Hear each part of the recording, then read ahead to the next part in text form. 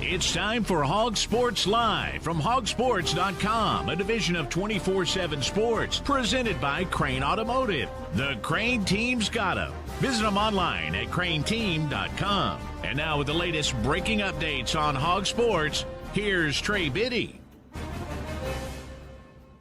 What's up, everybody? Trey Biddy with HawgSports.com, HAWGsports.com. It's time for your Arkansas at Memphis primer. This is an important game for the Razorbacks, a sneaky game. Memphis is a good team. Arkansas really wanted to get this game moved to Fayetteville, considering the construction and everything with their 2-for-1 deal with Memphis, but didn't happen. So this game is being played at Memphis. Memphis is undefeated, got a really good quarterback, and probably the biggest spender in G5. We're going to break down the game. We're going to get Kevin Bohannan in here to help us. We're going to talk about the latest Razorback headlines as well. All that and more on today's episode of Hog Sports Live.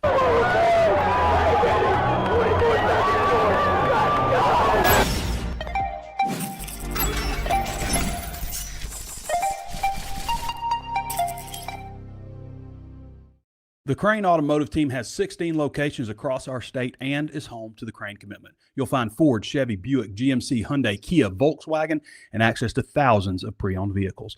Vehicles for every lifestyle and every budget. Even if you're not in the market for a vehicle, the Crain Team Service Centers offer the latest in vehicle diagnostic technology and certified technicians to take care of your vehicle and get you back on the road. Check them out at crainteam.com. Hog Sports Live is driven by the Crain Automotive Team. There it is, that feeling of a big win. Yeah, that's you, enjoying your moment, because you just won big with the Crain Team. Your perfect vehicle at the perfect price. You got Crain Cash discounts and more than you ever dreamed for your trade. Sure feels good, doesn't it? With 16 different locations around the state and every vehicle backed by the Crain commitment, we keep Arkansas moving. That's winning. That's the Crain Team. Visit crainteam.com. Sure feels good, doesn't it? Visit thecrainteam.com. As I mentioned, we're going to be joined here by Kevin Bohannan in a little bit, but want to talk about a few of the headlines going on right now. Be sure to like, subscribe, follow, all those great things. Appreciate that. Thank you very much. Hunter Yurachek the other day, we talked about this a little bit Monday, but it was coming on the back end of the show, and I hadn't really read the comments, so we talked about it on the message board and stuff like that. But Hunter Yurachek's comments were interesting at the Little Rock Touchdown Club. The last time I remember an AD saying something like that was Jeff Long when he said we're not a win-at-all-cost program. But Hunter's comments, I think the only thing really missing, because he wasn't necessarily not telling the truth. The thing that was missing was, yes, we're set up to win a national championship in all these other sports. We're not there in football. We can compete in the SEC, but we're not there on the national championship. That's paraphrasing. And talked about how a lot of it's financial and stuff. The thing that was missing was him at the end of that saying, and here's our plan. Here's our plan to get there. This is what we're going to do to get to that point. That's what was missing from it. And I thought Danny West nailed it. I mean, pretty sure he talked, because Hunter was talking about integrity and stuff and doing things this way and not wanting to get into this particular lane of maybe some unethical behavior and stuff. Danny West said, I'm pretty sure integrity came to one of the Arkansas football camps and ran a 5.740. Some of his best work there. This is not a league for integrity. I mean, Lane Kiffin, when he was at Tennessee, I remember him saying, yeah, we should be reporting violations. Like, we should be reporting infractions. And they did them. Like, they had a whole fake media thing set up for the recruits on a visit one time, which was all illegal, this is a conference that, I love Bobby Petrino, but obviously he's got, some skeletons, and Arkansas brought him back. Forgive and forget, it was a long time ago. But Hugh Freeze, cheated his tail off at Ole Miss, where they had to vacate a bunch of games. There was all kinds of other things that, kind of go against the person who he says he is. And he was hired, no problem, no sweat. That kind of stuff happens all the time. Even Chris Beard at, some of the stuff that, came up at Texas that was, dropped, obviously. But Ole Miss didn't blink an eye. This is not a league where – this is a league where you have to push the boundaries. You have to get in that other lane. You just do. And Sam Pitman kind of said that's what they were going to do at SEC Media Days.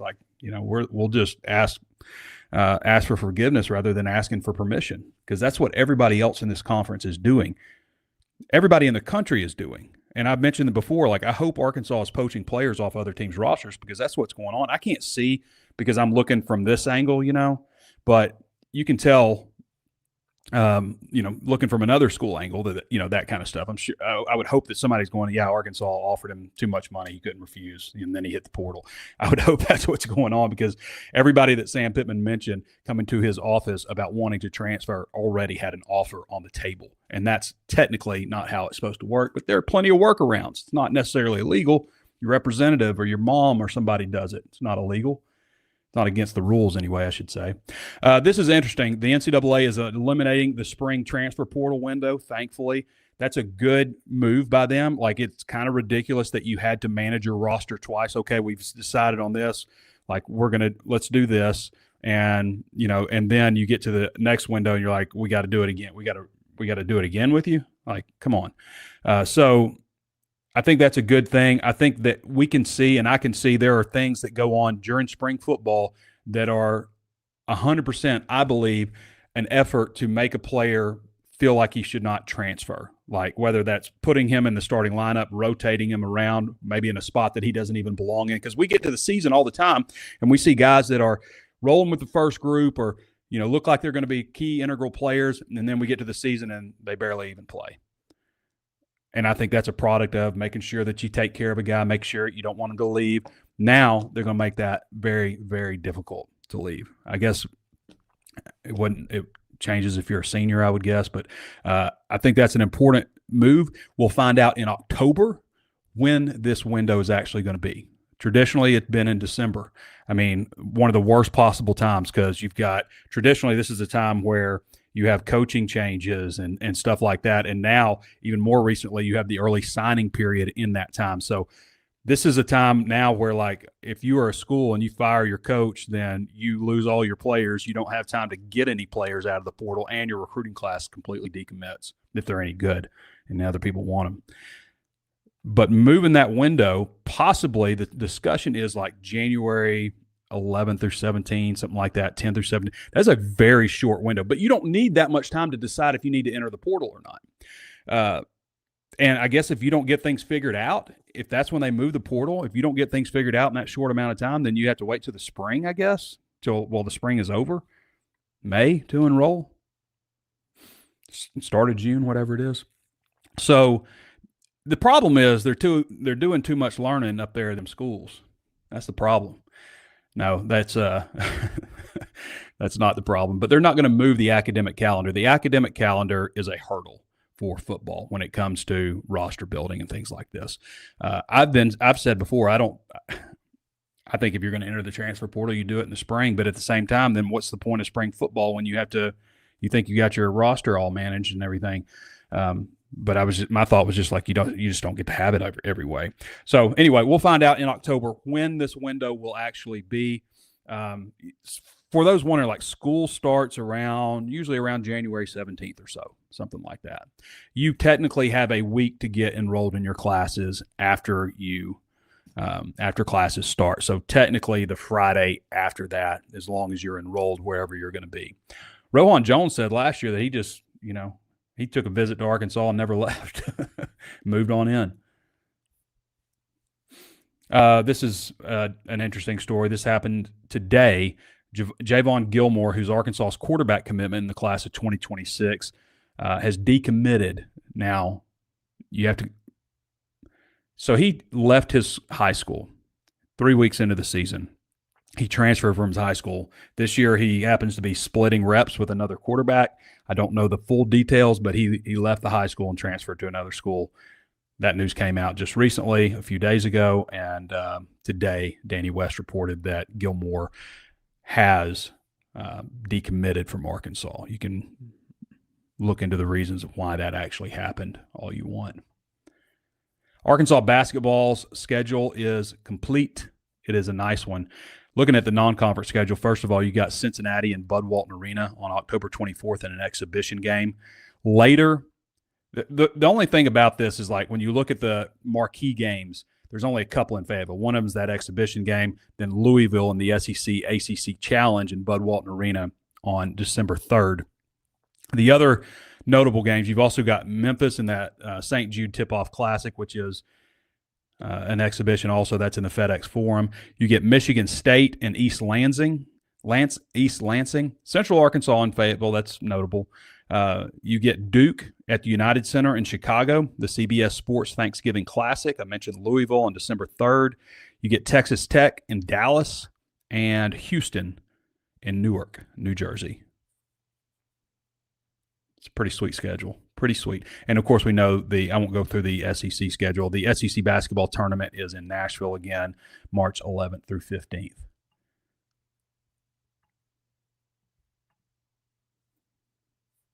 Okay. So I mentioned on our picks last week, we're going to go ahead and do our picks real quick, but before we get to that. It's a fine barbecue, Joe. My own secret recipe. Where's Super Sid? I got him on the FaceTime. Where you at, Sid? Hey, I'm in Milwaukee at the Bucks game. How are they playing? They're pretty good. They just need to get healthy. Speaking of playing, what's shaking in Bet Saracen? Ooh, great offers, Pat. Like for new players to Bet Saracen, they'll get $125 to use for new bets. Gotta love Bet Saracen.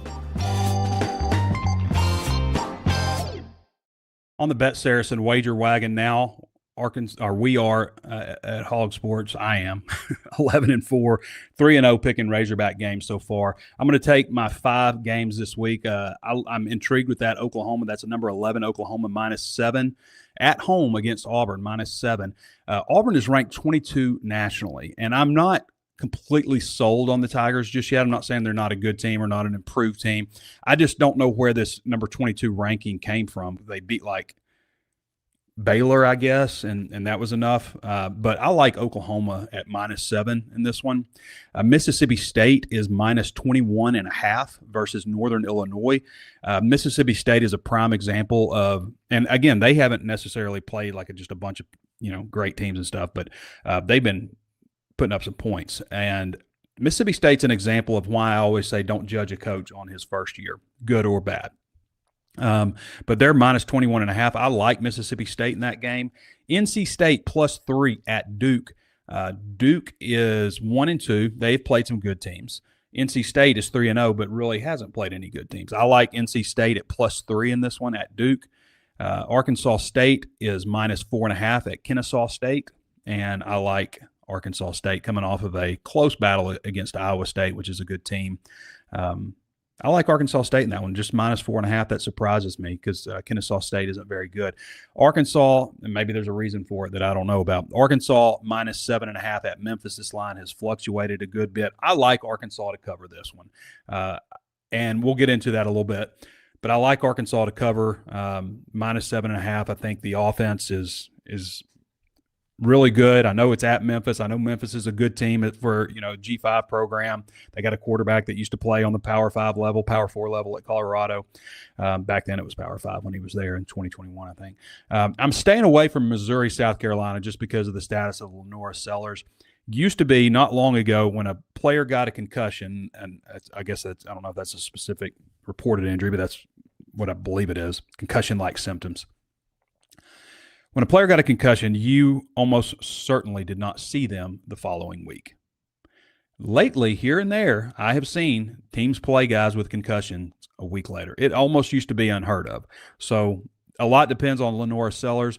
The last time this game was played in Columbia, Missouri, which is where it is going to be played, I think Missouri won like 34-12 or something like that. Last year was close. A lot of close games in this series, but something to keep an eye on. Bet Saracen is Arkansas's #1 sports betting app. You can download it on Google Play or the Apple Store, or you can just go to betsaracen.com.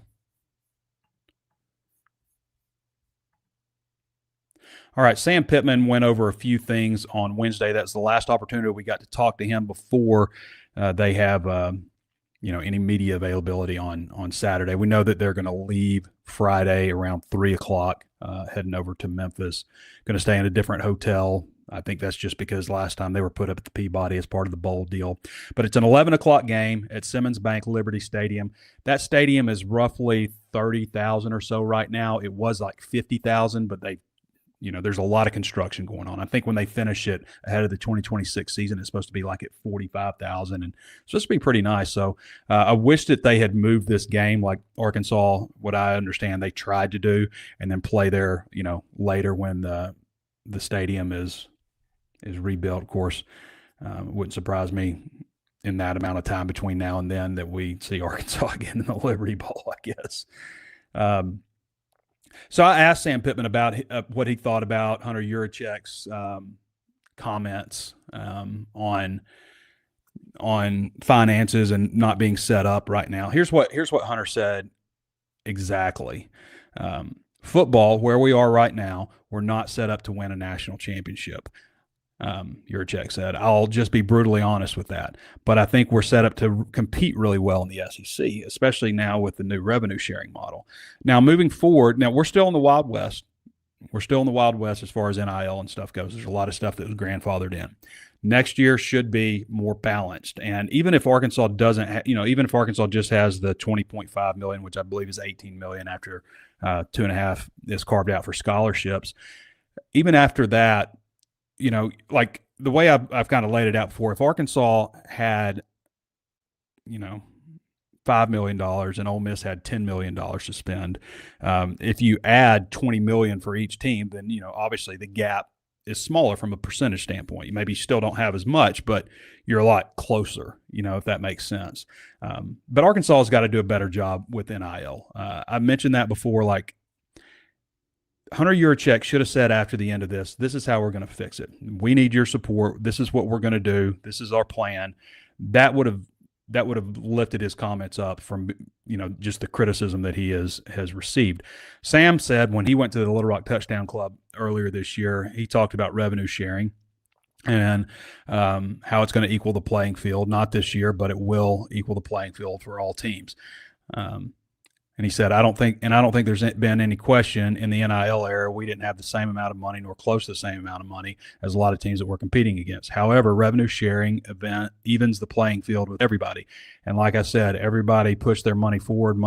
Most everybody pushed their money forward last year, so it will affect this recruiting class. But after that, revenue sharing should equal us back out. And he talks about how Arkansas was 4-20. And then, when everything was equal, and after that first year, they went 9-4 and finished in the top 20, actually right at 20. He said, I can't speak for the athletic director, but I'm assuming that's what he meant by it. So that's what he said when I asked him on the SEC media teleconference on Wednesday. Latest injury news, Quincy Rhodes has the double groin, but seems good. He's practicing. David Oki, we expect to see him get some more reps. He got 8 in the last game. Cornerback Kenai Walker, I think probably not going to see him just based on, how he was carried off. I think that probably give him a good week to rest up. You got Jaheim Singletary, Keyshawn Davila, Selman Bridges competing at that spot. So practice wasn't very good on Tuesday, according to Pitman. Said it was 90 degrees. But he also said the coaches that kind of have to look at, maybe how they're communicating or how they're handling things also, not just the players. He's put a lot on the coaches this year, good and bad. And he also talked about the communication issues that they've had. As we know, like he talks about, we're playing chess and we should just be lining up and playing. And we're checking to check every time they check. We're checking, trying to, changing where we bring it, blitz and stuff in reaction to them. Like make them react to you, I think. Make them react. Don't try to react to everything that the offense is doing. Make them react to you. Let the players play. Brandon Lewis was at Colorado. He signed with Colorado out of high school. I think he was the number 495 ranked player in the country. He played there. I mean, he threw for like 1,500 yards before Dion and, kind of overhauled things. Then he went to Nevada, played there, obviously. This year at Memphis, he's 55 of 75 for 608 yards, 2 touchdowns, 1 interception. The leading rusher is Sutton Smith. They've got a couple of guys that they really lean on, Sutton Smith and Brendan Lewis, 247 yards and 190 yards respectively, 4 touchdowns and 2 touchdowns. Jameer Hawkins and Cortez Branham are the top 2 receivers. Both those guys have over 150 receiving yards. And then Everett Rusall is a guy that was committed to Arkansas. He's a linebacker there and is doing good things for them. But he was once committed to Arkansas. He has 1.5 sacks, 15 tackles, a couple pass breakups. So, as we mentioned, this is a team that spends a lot of money for a G5 program. They have 34 transfer players, I think 22 recruits total. So, over 50 players, just like Arkansas, 70 total players, including walk-ons and everything like that. Let's bring in Kevin Bohannan on the Ozarks Go hotline.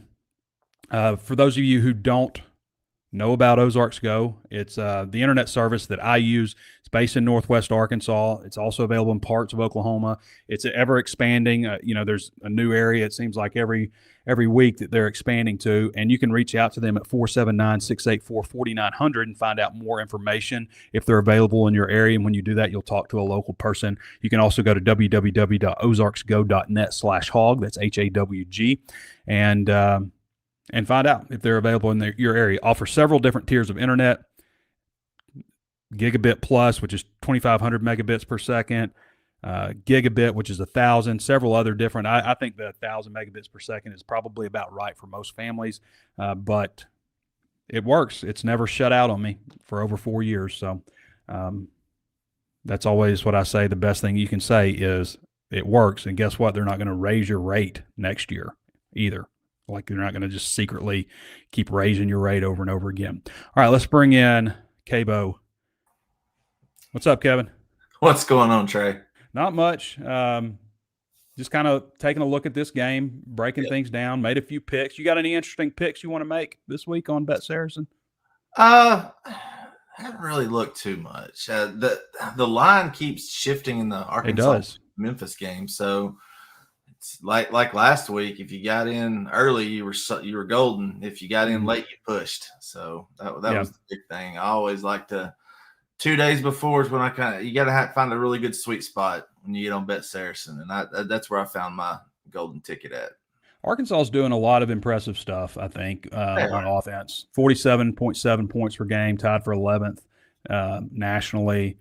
569.3 yards per game, 5th nationally. Rushing offense is top 20. Passing offense is top 20. You don't always see that. Number 1 in the country in third down percentage at 71.9%. And you look at the Memphis defense. I mean, the Memphis defense is pretty solid. 20th nationally in scoring defense, 21st in total defense. What are your thoughts on that matchup, that side of the ball? The biggest thing that the Memphis defense is, I think the numbers are a little inflated. I watched the entire Troy game last week. That was a backup quarterback, and Troy is down this year. Memphis plays fast on defense. They have 10 new starters, a lot like Arkansas State. The only returning starter is William Whitlow Jr. He's 6'2", 260, defensive lineman. But their scheme is really good. They play a good scheme for a G5 school that is usually outmatched with the larger schools like Arkansas. They run a 3-3-5. But they'll line those linebackers up all over the place. They may be stacked on first down behind the lineman. They'll shift to a strong side where it will look like a 4-2-5, and they'll let Brumfield and Rusall Jr., like you mentioned in the opening right there, they'll let those guys play fast. They like to apply pressure. They're one of the, I think, top 8 teams in the nation as far as blitz percentage.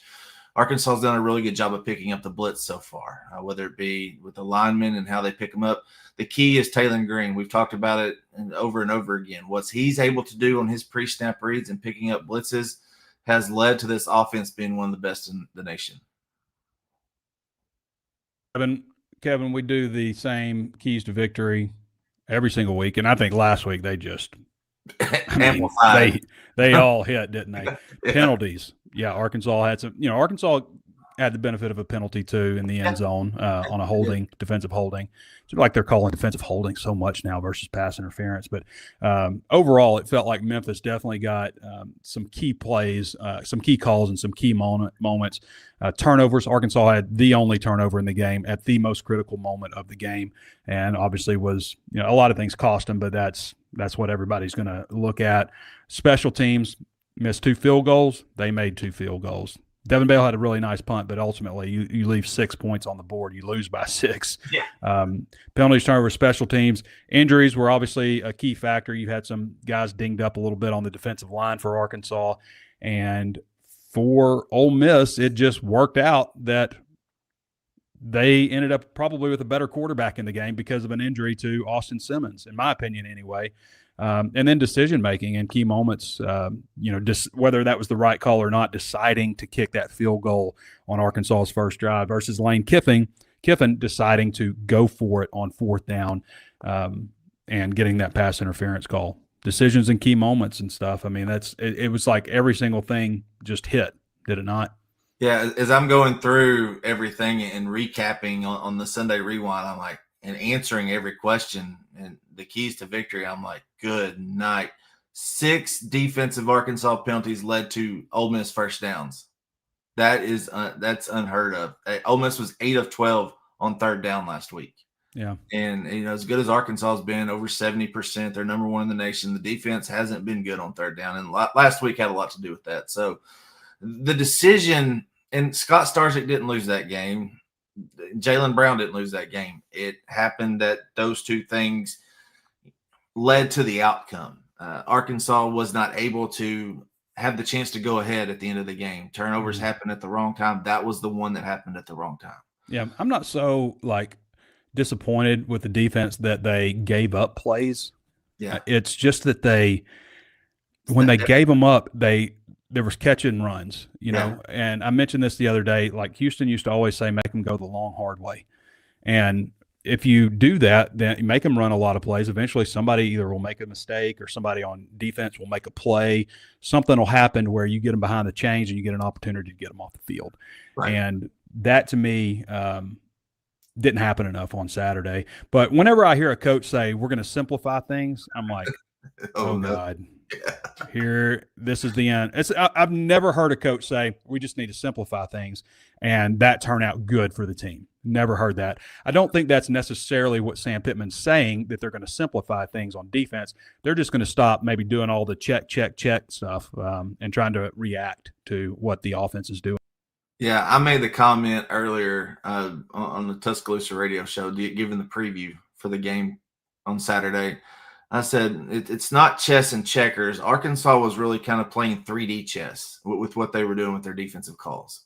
And you saw that on the Austin Simmons to Harrison Wallace pass in the end zone. They looked at the motion underneath, and Wallace ran right over the top, and they had no idea where he was. Simmons threw it off one leg, 8-yard touchdown. And that was the heartbreaker as a former coach, looking at they're just slow.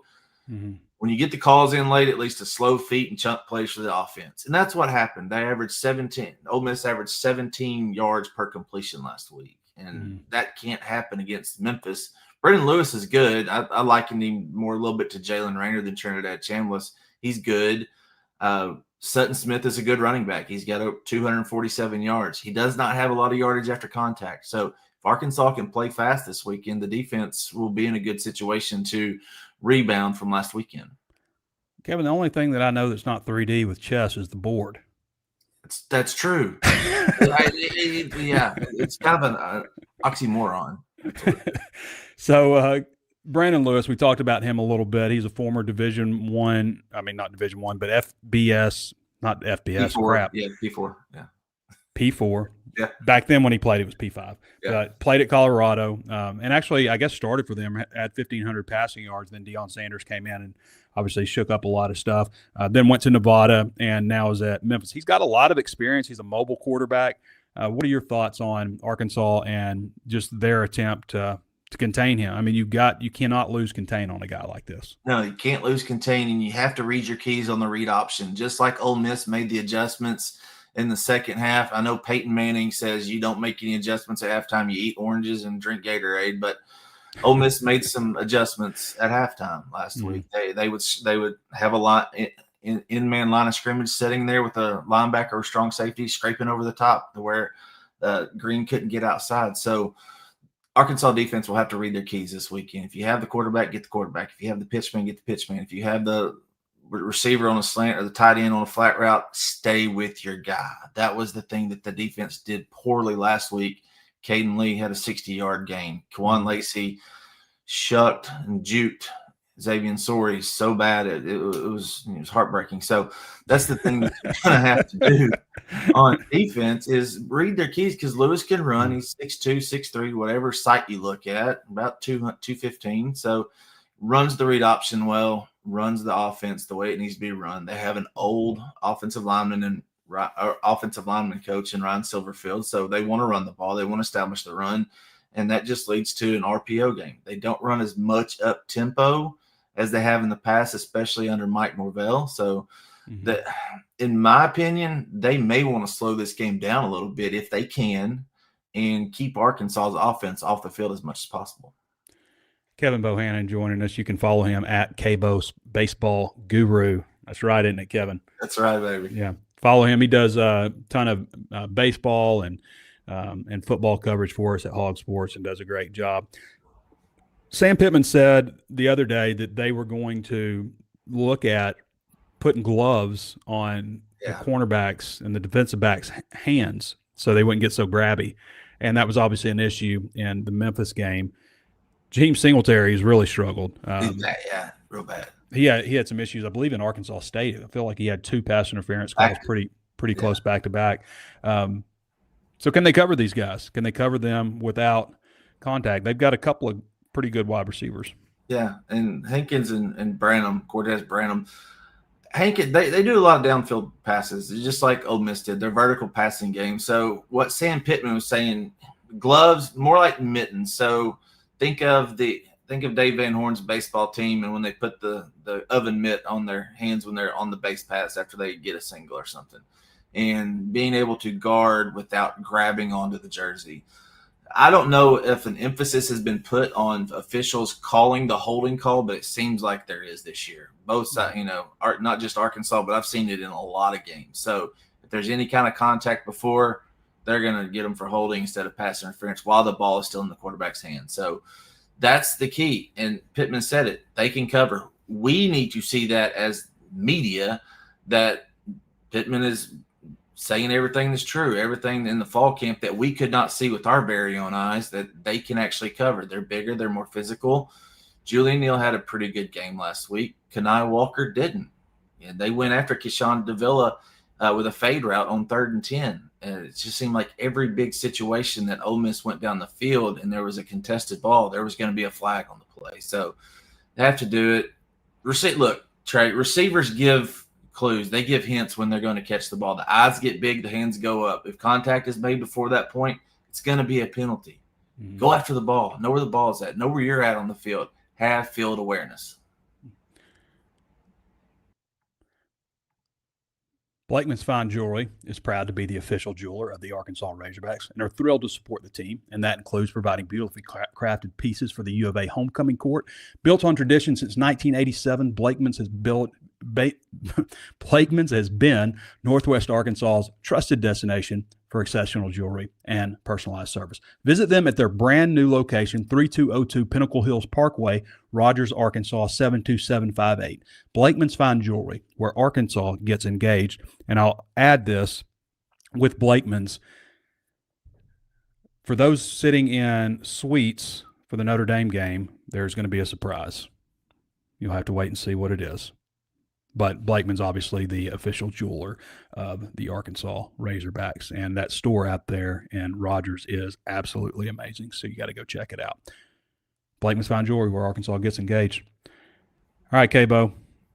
We got the Arkansas offense and the Memphis Blitz packages. We've seen a kind of a combination of teams so far this year, teams that blitz you heavy, like Alabama A&M, and teams that sit back like Arkansas State did. And then Ole Miss kind of brought a little bit more of a mix, but not a heavy blitz team either.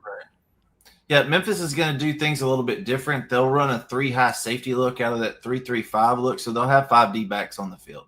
And that allows them to maybe roll man up underneath and play, man free. And what they do with their middle safety is going to determine what kind of look they're in, whether it be a cover 3 with a man underneath shell, or if they run cover 2 and they bring that middle safety up in the middle of the field to knock down the percentage of the crossing route, because that's been the staple, the bread and butter of the Arkansas offense so far. The linebackers are really going to be the blitz keys. They may walk a safety up. I did not see it a ton in the Georgia State and Troy game. Georgia State really had a lot of success. They were 29 of 41 for 340-something yards passing. So Arkansas will be able to get the ball down the field. It's just a matter of Taylor Green picking up the coverages. They'll be able to pick up the blitzes. I think there'll be more 5-man rush than 6, because they don't want to leave those receivers running around too long. So I think there'll be more 5-man pressure this week. It's just a matter of picking up where they come from, knowing where they are pre-snap, and the alignment of where the defense is. All right, Kevin, let's get you out with this.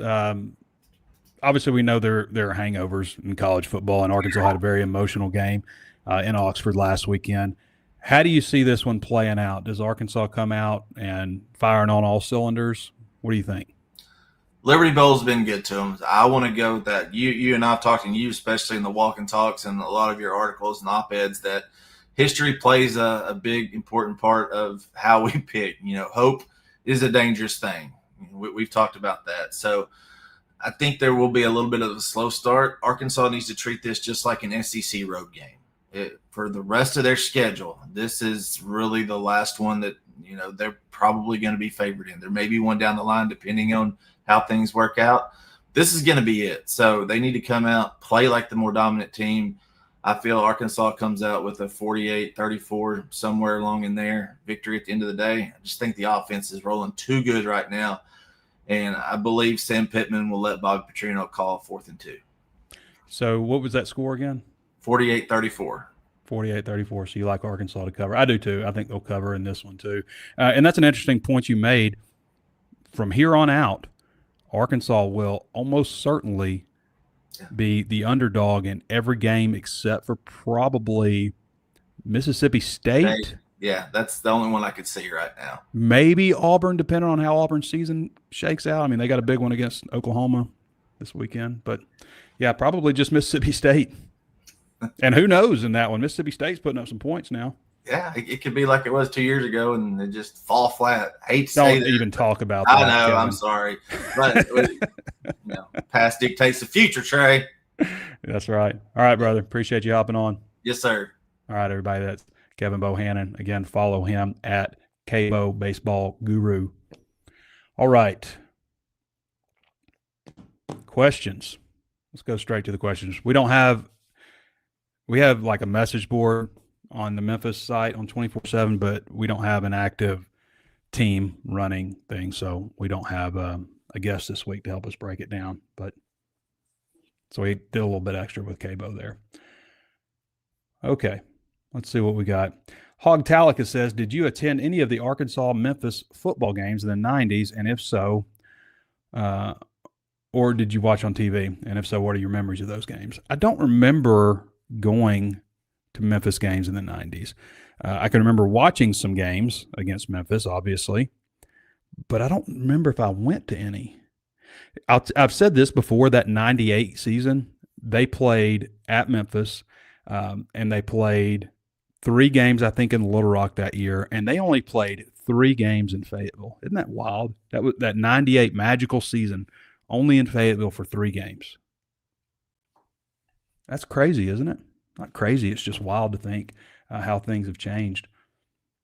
Willie B. Hardigan says, what player have you been the most pleasantly surprised with so far? Entire wide receiver room for me. Yeah, I mean, Omega Blake is up there. He has been pretty steady, and he's got to be up there. Corey Robinson, really love what I've seen from Corey Robinson so far. Who else have I been really impressed with so far? Nobody really in the secondary. Linebackers have not been as good as we had expected them to be. I don't know why that is, because they were pretty good last year and some of the same guys. Quincy Rhodes, obviously, when he's healthy anyway, he's been pretty good. You said pleasantly surprised with, so surprise indicates that I'm surprised. I mean, Omega, because we didn't know, really. I would probably put Omega up there. But really, all those wide receivers have been pretty good for the most part. C.J. Brown, too. I mean, C.J., for some reason, we just kind of, not wrote him off, but just didn't really put a whole lot of stock into the fact that he was rolling with the first team, practice after practice after practice, and he's been pretty steady. Hogtalica, again, says it's completely unacceptable for the AD to make the comments he made about the football program without offering any solutions. Agree. Why is that being tolerated by leadership at the university? He should have been reprimanded at a medium. Well, I mean, I don't know about reprimanded, but it's certainly not the best look. And I don't have a problem with what he said at all, as long as that is followed up with, and this is how we're going to fix it. And that was missing. He's not lying about finding. I mean, we talk about it all the time. But I don't know if that's the message that you want your AD to put out there, unless he has a plan that follows up. And this is how we're fixing it. And this is what we're going to do to change all that. Like, he says that, ends it with that. I think a completely different reaction. There does seem to be a lot of Hog fans that are frustrated with Hunter Yurachek right now. And a lot of people place it at his feet for the reasons that the football program is not where it – and here's the thing about football program too. It is football for Arkansas has always struggled since being in the SEC because it is a pretty remote place, number one. And number two, the access to elite talent. You don't have that 250-mile radius or whatever around Fayetteville, Arkansas, where you can just go out and get a bunch of talent. I've always said, like, the perfect distance away to be from college is like 2.5, 3 hours, basically Little Rock to Fayetteville. That's the perfect distance for college. You're not so close to home that you're expected to go home every weekend. And if you do need to go home, it's not a big hassle to get there. I've always kind of thought that. So Arkansas doesn't have that access. Like, you look at Auburn, their access to talent. So to me, when the transfer portal and NIL came about, initially I'm thinking Walmart, Tyson, J.B. Hunt, and obviously Tyson and J.B. Hunt have been there. But thinking about some of the, wealthy people in Arkansas and, uplift, and not just the wealthy people, but the common fan that wants to see Arkansas win, the guy that wants to give $50 a month. And that's kind of been a target number for Arkansas Edge to get $50 a month. But it wasn't embraced like it should have been. And that could have been a great equalizer for Arkansas. It's been an equalizer for other teams that have embraced it. And Arkansas didn't embrace it in 2021, coming off that 9-win season like they should have. They fumbled around. They talked about integrity and all this kind of stuff, and they didn't get the job done. And that's why we're where we're at right now. Not embracing NIL. And that's why I think a lot of fans are frustrated, because it was an opportunity to have an equalizer. NIL can change things as far as that gap that you've experienced with other teams in the SEC that have a closer talent base than Arkansas does. So it's been frustrating to me too, because I saw the opportunity for them to close that gap in that regard. And hopefully revenue sharing helps. I don't know that it's going to be a total answer, because I think there are teams that are still going to have NIL stuff. I mean, hopefully they crack down on that, because a lot of it has been total crap from universities doing stuff that, doesn't even close to match fair market value. It's just been pay for play. And so the pay for play model has to stop, and that has to be cracked down on. And it has to, you have to be able to show, like, hey, look, this is this guy's value in a real world situation. Like, him selling this soft drink is a real deal. Has to be like that. Story of the year says, after you rewatch the Ole Miss game, how much of what you saw from the defense was schematics, coaching error versus Arkansas's lack of legit defensive personnel. I would say there's a lot of legit defensive personnel based on what I saw, because yes, you're going to give up pass plays to Lane Kiffin. And I mentioned this too, but like Georgia, Tennessee, Notre Dame, Texas A&M, they all gave up 40 points. And 3 of those teams are coached by former defensive coordinators who are really good at their jobs. And those teams gave up 40 points. And I know one of them was in overtime, but it was still 38-38 before overtime. It's a lot of points for Georgia. So you're going to give up points in this age of college football, and in a lot of cases. Some teams don't. I mean, Vanderbilt didn't against South Carolina, but Alabama didn't against Wisconsin. But in a lot of games, you're going to give up. But what I have a problem with is not so much that these passes were completed. Sure, you'd like to see some more deflections and balls batted out, stuff like that. My problem was the run after the catch. It happened way too often. The run after the catch, so you got a guy, who catches the ball, you've got a defensive back in position, and because you didn't use, like in that case, Larry Worth didn't use the sideline as his friend, as they say. There was another time where, you got players getting crossed over and it's a catch and it's a long run afterwards. That's where I have a problem with. It's not so much catching the ball. It's not keeping the things in front of you. And another problem with that in conjunction, because it's all connected, you're blitzing, you're bringing players, and you're not getting home. And when you do that, you're going to leave openings up. And then there was some miscommunication stuff. That would definitely be on coaching instead of like, yeah, it's great to say, well, we're going to do this because this didn't work. How about we're going to do this because we think it's going to work? Before, I always get, a little bugged when it's like, the good thing is it's easily correctable. It can be fixed. And not that Sam Pitman said that exactly, but coaches have in the past. The good news is it can be fixed. Well, it would have been great if it was fixed before. It's like you leave the shop and you're like, drive off and the engine blows up and like, well, the good news, we can fix this. Well, why didn't you fix it before I drove the car off the lot? So yeah, some stuff that you wish they would have done differently, but a lot of it to me was just like playing timid. I saw some players loafing here and there. That kind of stuff just can't happen. Now, to give the defense credit, they held them to 10 points in the second half after 31 in the first half. Gumpster117 says, all eyes have been on the defense this week. What would be some reasonable expectations, signs that we should look for that show that side of the ball is getting back on track? Well, first of all, you should be able to overpower them as a defense. That would tell me a lot, first of all, that I just want to see, like, regardless of what's called and, whether you blitz or whether you drop back into coverage or what, that you just are better, and it's obvious. You're bigger, you're faster, those types of things. I did not see like an overwhelmingly fast or big team in Memphis. Now, for G5, I'm sure they are. And I'm not saying they're a bad team. Please do not say, get me wrong on that, because I do think that they're a well-coached, disciplined team that's got some potential and can beat some teams. I mean, they've shown at home they will beat Power 5 programs. That has been proven. And in the bowl game, they beat a Power 5. I believe they beat West Virginia. So don't get me wrong on that, but that's what I would want to see, regardless of what's called, whether you blitz a lot or what, that you just outman them. That would because that tells me that there is potential for the defense. And I think we have to hope that, like, we saw the worst of them last weekend.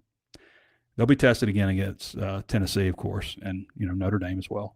Tennessee knows team that can put up a lot of points. Gumpster117 says, all eyes have been on the defense this week. I just read that. Chad Razorback says, Josh Pate picked Memphis plus 7.5 as one of his best bets, but I just don't see it. The Liberty Bowl might as well have a Razorback logo on the field as a third stadium, and I feel like Memphis has a better chance to lose by 3 scores than to cover or win. What am I missing here? I don't agree with Josh there. I agree with a lot of what Josh Pate says, but I like Arkansas on this one.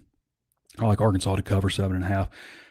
Brown 1994 says, will the offensive staff have any interest in either Iamaleava brother when they hit the transfer portal?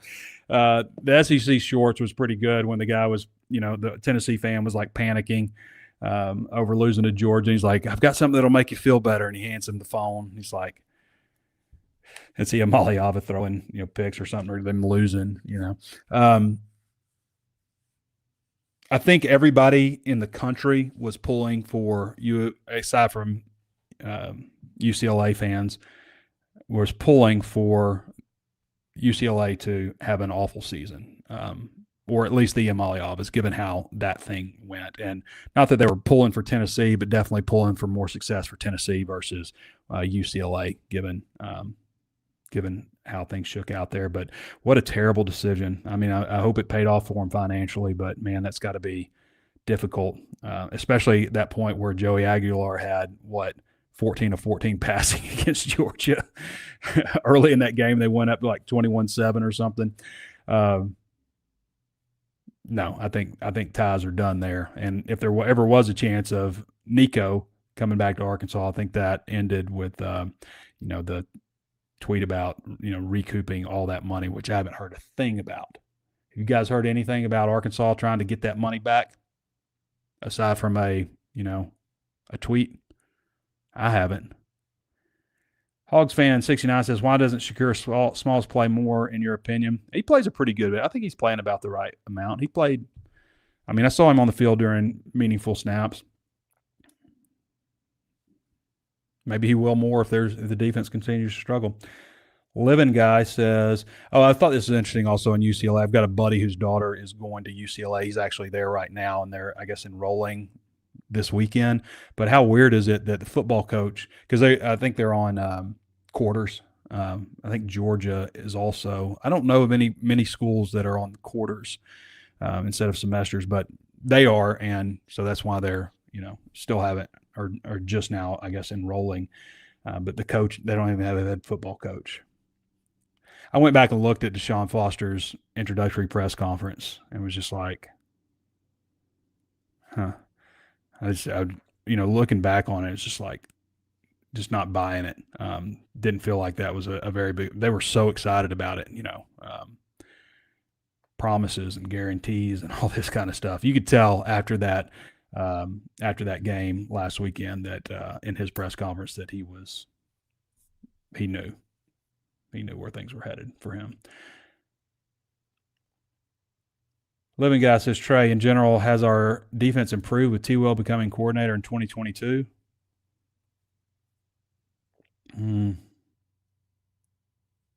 Has it? Last year it was pretty bad, but it wasn't as bad as it was. It wasn't as bad as it was that wasn't 2022, was it? It's 23. He became defensive coordinator. Yeah. 2022 season was one of the worst ever. That was a horrendous defense. They gave up 396.4 passing yards per game. So it hasn't been that bad. But so far, obviously, with one test, it has been really bad. I was excited when he was hired after hearing about his success at UCF, but it doesn't feel like we've actually seen that level of improvement under his tenure.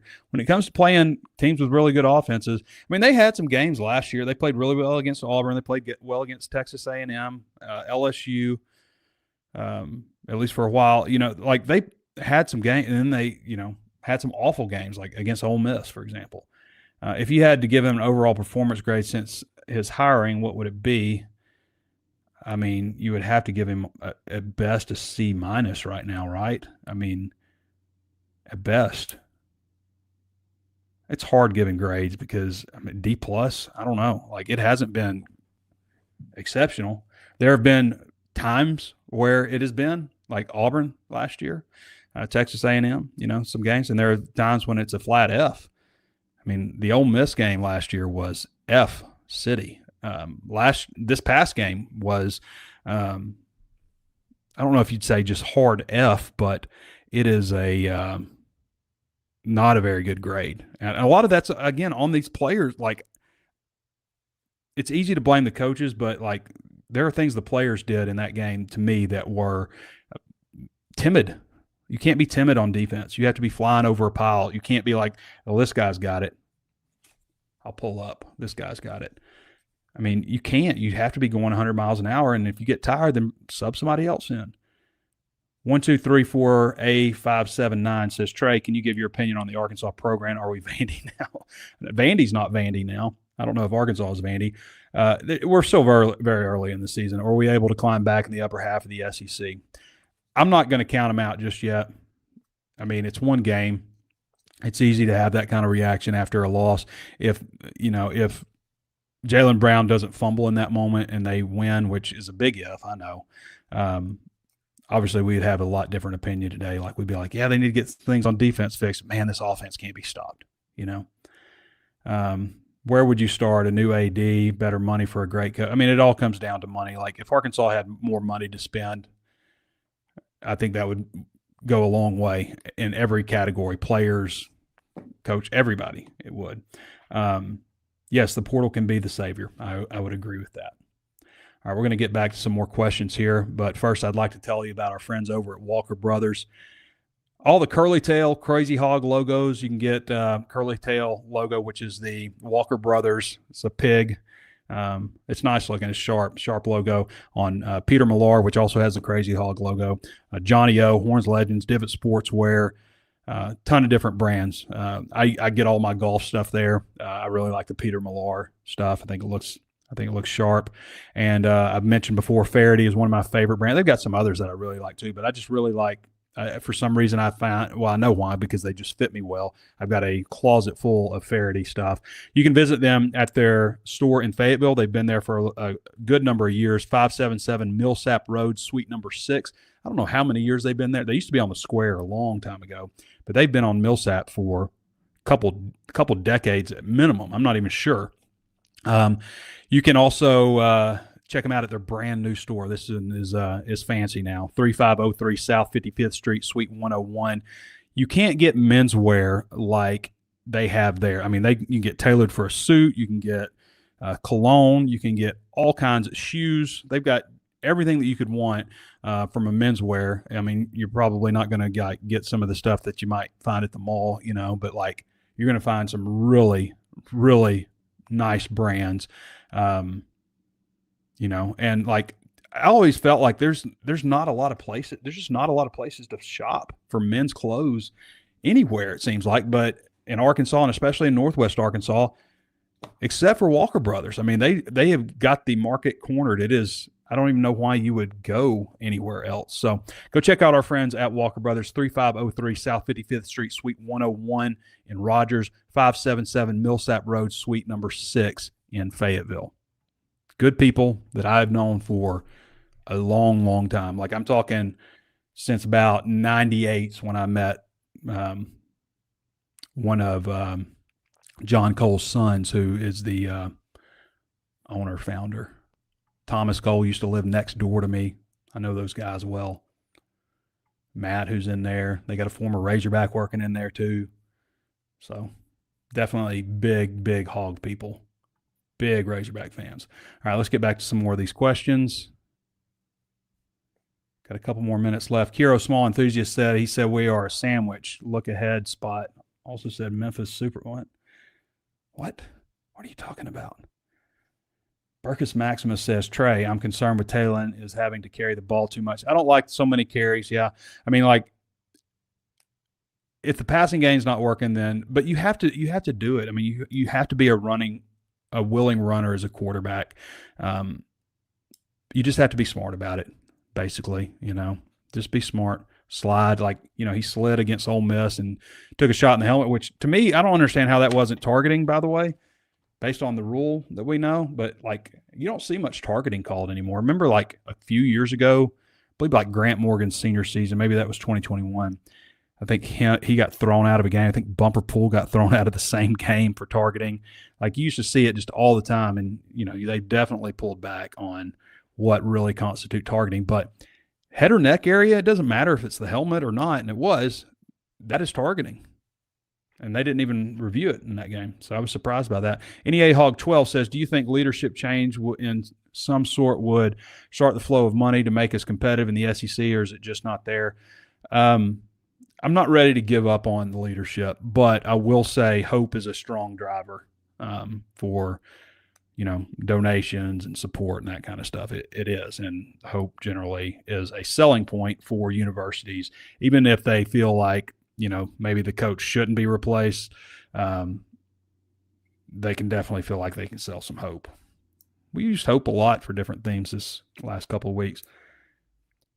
Hog Talica says, remember that integrity goes a long way. T-shirts that honored Jeff Long. I haven't seen that one in a while, but seen plenty of BMFP T-shirts and no Sam Pitman T-shirts. Integrity goes a long way. I remember Hugh Freeze at SEC Media Days trying to redefine the word integrity. And Sawyer, who is with Hogs Plus, Sawyer Rattler, this bit on Bo Mattingly's show. It was so funny. But Hugh Freeze is up there trying to redefine the word integrity, and then right after that, all that stuff comes out, with Houston having sued him, and they going through all his phone records. And Sawyer said, what if I told you? It's like one of those kind of like, an intro to some kind of documentary or something, or like a movie preview. What if I told you that integrity was the name of a female escort? Dude, I was driving my car and had to pull over. I was laughing so hard. It was some of Sawyer's best work. Swine Master says, my question last week would will we see more of the umbrella defense we used against Tennessee last year? Yeah, you mentioned like a 3-2-6, I think, or a 3-3-5. Do you think we should go all out on bend but don't break? I'm good with bend but don't break. If you bend and don't break, what's not to like about that? The key word is being break, don't break. So if any defense is bend but don't break, I'm in support of that. Bend all you want. Get the offense back out there. Don't break. Yes, I'm supportive of that. I'm not ready to give up totally on the defense yet. I would hope that it's a reality check for some of those players. You've got some guys who are really gifted athletically. Xavier Sori is a heck of an athlete. We've seen Xavier do some really impressive things. Larry Worth has so much athletic ability and potential, but you can't be timid. You have to be aggressive. And I just feel like we didn't really see that against Ole Miss, at least not enough, and at least not enough early. Thorhog says, how bad did Hunter's comments hurt us from a perception standpoint? I don't know. I don't know if a lot of people around the country look at it too much. I mean, I know, Paul Feinbaum discussed it. I'm sure some others did. But, I mean, what hurts you from a perception standpoint is holding L's week after week. And, unfortunately, Arkansas has done that too much. That hurts the perception. It's like, Sam Pitman says stuff like, us talking about negatively about the program or something kills him in recruiting, or talking about his job security kills him in recruiting. Well, what kills you in recruiting more than anything is losing games. So you got to win. Perception changes if you win. I want to thank Crain Automotive. Visit thecrainteam.com if you haven't done so, if you're looking for a vehicle. Thanks to our friends over at Bet Saracen, Ozarks Go, Blakeman's, and Walker Brothers. We've really got some strong sponsors. I'm really love that I'm able to do this. I've heard people say hey, with the commercials and stuff, like, listen to the radio driving, it's all commercials. We do 5 commercials every 10 minutes. All I did was I took out the YouTube commercials and instead did commercials for shows or companies that I like that are based inside the state of Arkansas. That's all I did. If you notice, there are no commercials, automated commercials running through this video. It's just the ones that I pick. So I think that's a better deal for everybody, and it's a win-win. And I appreciate those guys and gals, of course, for sponsoring HawgSports Live. And we couldn't do all we do without sponsors. So thank you very much. And thanks to all of you for watching the show. Thanks for your likes, your thumbs up, your reviews on Apple Podcast. Appreciate all that. All right, everybody, we'll be back with you guys. Not going to Memphis all the way. I mentioned that before, but it's just the press box, the construction, all of that stuff. The National Guard, whatever else going on in Memphis right now. So we'll be doing walk and talk from the neighborhood this time, but this will be the last one. Every other one will be on location. So we'll see you for the walk and talk on Saturday. All right, everybody. This has been Trey Biddy with HawgSports.com. We'll catch you next time.